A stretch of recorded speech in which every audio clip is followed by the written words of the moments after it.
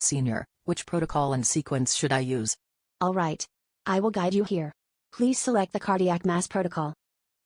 So, this is the core protocol for MR imaging of cardiac mass.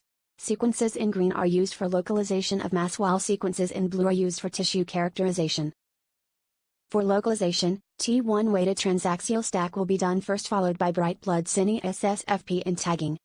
Then, for tissue characterization, there are T1 weighted black blood double inversion recovery fast spin echo with and without fat saturation, T2 weighted black blood triple inversion recovery fast spin echo, first pass perfusion, T1 weighted black blood double inversion recovery fast spin echo with fat saturation, early gadolinium enhancement, post gadolinium T1 weighted double inversion recovery fast spin echo, and lastly, late gadolinium enhancement. Next, I will briefly explain to you about all the sequence and show you some images. In general, T1 weighted black blood transaxial stack will provide a very rapid overview of the gross anatomy and in large masses can allow tumor localization for the subsequent planning of targeted imaging plane, and the scan should cover the entire thorax. Cine with SSFP is done to confirm the location and morphology of a cardiac mass and allow an assessment of the mobility of the mass and any functional consequences such as contractile impairment or obstruction to flow. This is an example of Cine SSFP image.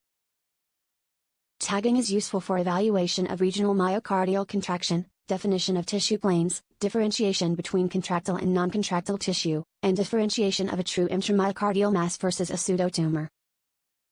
T1 weighted black blood double inversion recovery fast spin echo allows excellent contrast resolution, which is particularly useful for determining the size and extent of invasion of a lesion relative to adjacent structures and must be acquired in single breath. T2 weighted black blood triple inversion recovery fast spin echo is useful to detect regions of edema or liquefactive necrosis in the mass, which have high signal intensity, or regions of coagulative necrosis, which have low signal intensity. It must be acquired in single breath too.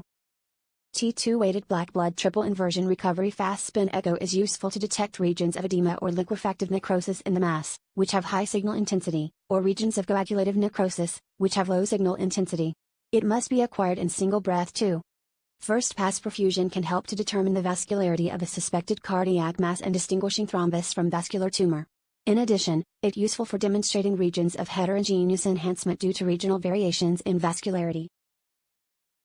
T1 fat saturated unenhanced and contrast enhanced imaging allow further T1 characterization of tissue and are then used to determine enhancement when contrast enhanced 3D volumetric breath hold T1 fat saturated sequences are acquired in the equilibrium phase after the administration of gadolinium.